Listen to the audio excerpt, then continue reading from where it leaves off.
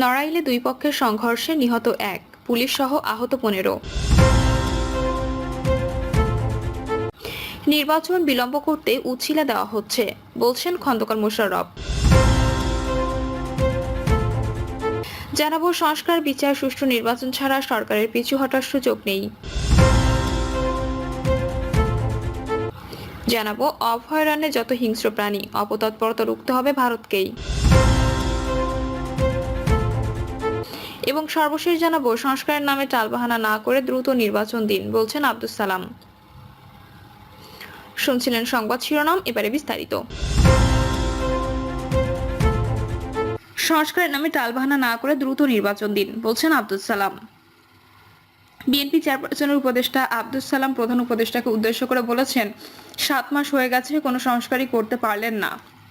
গণহত্যাকারী fascist Sheikh হাসিনার একটি মামলাও আদালতে তুলতে পারলেন না। সংস্কার করা আপনাদের কাজ না, রাজনীতিবিদদের কাজ। সংস্কারের নামে কোনো টালবাহানা না করে তাড়াতাড়ি নির্বাচন দিয়ে নির্বাচিত সরকারের হাতে ক্ষমতা ছেড়ে দিয়ে সম্মানের সঙ্গে বিদায় নিন।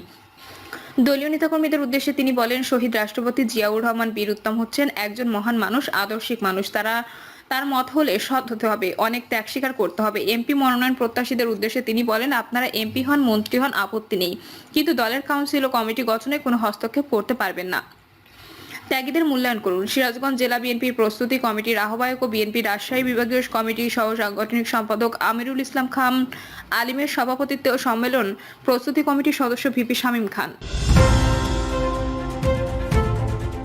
নির্বাচন বিলম্ব করতে উছিলা দেওয়া হচ্ছে, বলছেন খন্দকার মোশাররফ। অন্তর্বর্তীকালীন সরকারের দায়িত্ব হলো জনগণের অধিকার প্রতিষ্ঠা করা। উল্লেখ করে বিএনপির স্থায়ী কমিটির সদস্য ডক্টর খন্দকার মোশাররফ হোসেন বলেছেন, জনগণের অধিকার বলতে ভোটের অধিকারকে আমরা বুঝি, কিন্তু ভোট নিয়ে ষড়যন্ত্র চলছে যাতে নির্বাচন বিলম্ব হয়, সেজন্য উছিলা দেওয়া হচ্ছে। মোশাররফ বলেন, সংস্কার নিয়ে কথা বলা হচ্ছে, কিন্তু 7 মাসেও তারা কোনো স্পষ্ট রূপরেখা ঘোষণা দিতে পারেনি। অন্তর্বর্তীকালীন সরকার, বিগত শেখ হাসিনার সরকার 15 বছরে দেশের সবকিছু ধ্বংস করে গেছে। উল্লেখ করে বিএনপির এই নেতা বলেন, সেটি মেরামতের দায়িত্ব নির্বাচিত সরকারের। সেজন্য অন্তর্বর্তীকালীন সরকারের উচিত হলো জনগণের ভোটে নির্বাচিত সরকারের কাছে ক্ষমতা হস্তান্তর করা। তিনি বলেন, অনতিবিলম্বে জাতীয় সংসদ নির্বাচনের দিন তারিখ ঘোষণা করা হোক, রোডম্যাপ ঘোষণা করা হোক। জনগণের নির্বাচিত সরকার তখন পতিত সরকারের ষড়যন্ত্র মোকাবেলা করবে। সংস্কার, বিচার, সুষ্ঠু নির্বাচন ছাড়া সরকারের পিছু হটার সুযোগ নেই। কাঙ্ক্ষিত সংস্কার, যথাযথ বিচার ও সুষ্ঠু নির্বাচন ছাড়া অন্তর্বর্তী সরকারের পিছু হটার কোনো সুযোগ নেই বলে মন্তব্য করেছেন এবি পার্টির চেয়ারম্যান মুজিবুর রহমান মঞ্জু। মুজিবুর রহমান মঞ্জু বলেন, ডক্টর ইউনূস প্রথমে বললেন তিনি আমাদের সহযোদ্ধা এবং তার কথা আমাদেরকে শুনতে হবে। আমরা এটাকে সাদরে গ্রহণ করেছিলাম।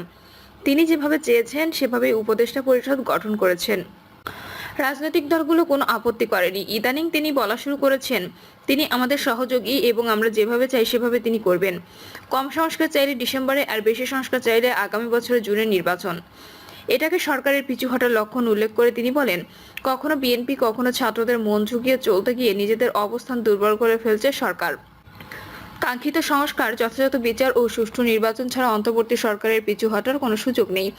এ সরকার যদি তার লক্ষ্য অর্জনে সফল না হয়, তাহলে ভবিষ্যতে সরকারের সঙ্গে সংশ্লিষ্ট সবাইকে কঠিন পরিস্থিতির সম্মুখীন হতে হবে।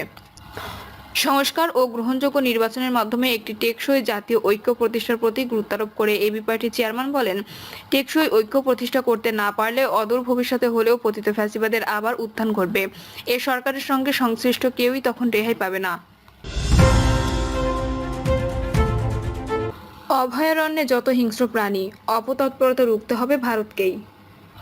দেশে বর্তমানে যে অস্থিরতা ও নৈরাজ্য চলছে, এর পেছনে রয়েছে ভারতের বিভিন্ন অঞ্চলে পালিয়ে থাকা গত ফ্যাসিস্ট সরকারের রাঘব বোয়াল ও চুনোপুটিদের অপতৎপরতা।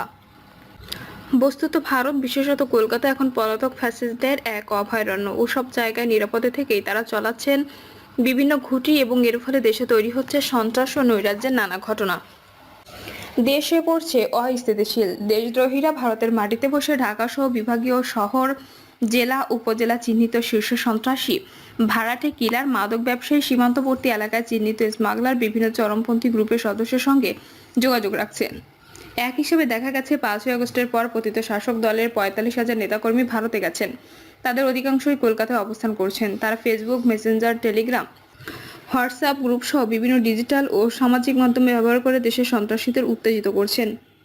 টাকাও ছিটাচ্ছেন দেদার। এসব পলাতক ফ্যাসিস্ট মনে করছেন বর্তমান অন্তর্বর্তী সরকারকে ব্যর্থ প্রমাণ করতে পারলে তাদের পুনর্বাসন প্রক্রিয়া শুরু করা যাবে। তাদের অপতৎপরতায় দেশের দক্ষিণ পশ্চিমাঞ্চলে নিষিদ্ধ চরমপন্থী দলগুলো সক্রিয় হয়ে পড়েছে।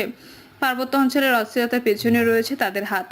পুলিশ বাহিনী যে এখনো পুরোপুরি সক্রিয় হচ্ছে না, এর পেছনে গত সরকারের স্বরাষ্ট্রমন্ত্রী আসাদুজ্জামান খান কামালের প্ররোচনা রয়েছে বলে প্রমাণ মিলেছে। ভারতের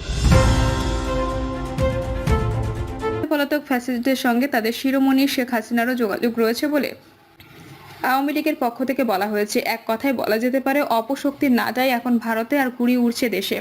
প্রথম কথা হচ্ছে, এই বিপুল সংখ্যক অপরাধী কিভাবে সীমানা অতিক্রম করে দেশের বাইরে যেতে পারে, এ এক বড় প্রশ্ন। আসলে 5ই আগস্টের অপহরণের পর থেকে দেশের ছাত্র জনতা বিজয়ানন্দে এতটাই বিহ্বল হয়ে পড়েছিল যে এদিকটায় প্রয়োজন মতো নজর দেওয়া যায়নি। এই উদাসীনতায় তারা অর্থের বিনিময়ে সুযোগ সন্ধানীদের দ্বারা সীমান্ত অতিক্রম করতে পেরেছে।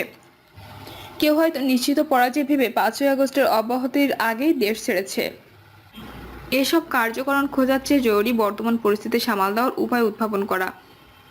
প্রথমত, আমাদের দেশে অপরাধীদের ভারতে অবস্থানের ইস্যুটি দিল্লিকে গুরুত্বের সঙ্গে বিবেচনায় নিতে হবে। কোনো দেশে অন্য একটি দেশের অপরাধীরা অবস্থান করে যদি তাদের দেশকে অস্থিতিশীল করতে থাকে, তাহলে সেটাকে হালকাভাবে দেখার উপায় নেই। ভারতের বিভিন্ন রাজ্যে অবস্থানকারী বাংলাদেশের অপরাধীদের একটা তালিকা প্রস্তুত করে ভারত সরকারকে তাদের ফেরত পাঠাতে তাগাদা দেওয়া জরুরি। বড় কথা, এদের অনেকেই এখানে দায়ের করা বিভিন্ন মামলার আসামি। প্রত্যর্পণ চুক্তি অনুযায়ী ভারত তাদের এদেশে পাঠাতে বাধ্য।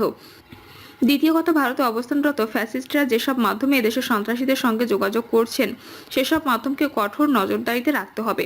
কোন চ্যানেলের কত টাকা কার কাছে আসছে তা উদ্ঘাটনের উপায় বের করতে হবে। সবশেষ কথা হলো, ভারতে অবস্থানরত মামলাভুক্ত আসামিদের দেশে ফেরত আনা না গেলে এবং ততদিন পর্যন্ত তাদের অপতৎপরতা বন্ধ না করা গেলে দেশে স্থিতিশীলতা ফিরিয়ে আনা কঠিন হয়ে পড়বে।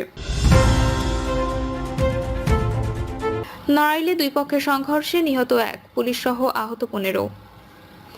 নড়াইলের কালিয়ায় আধিপত্য বিস্তারকে কেন্দ্র করে দুই পক্ষের সংঘর্ষে হাসিম মোল্লা নামে এক ব্যক্তি নিহত হয়েছেন। এ সময় 2 পুলিশ সদস্য সহ উভয় পক্ষের 13 জন আহত হয়েছেন। পুলিশ স্থানীয় সূত্রে জানা গেছে, কালিয়া উপজেলার হামিদপুর ইউনিয়নের সিলিমপুর গ্রামের ঠান্ডু মোল্লা ও জনি মোল্লা গ্রুপের মধ্যে দীর্ঘদিন ধরে বিরোধ চলে আসছিল।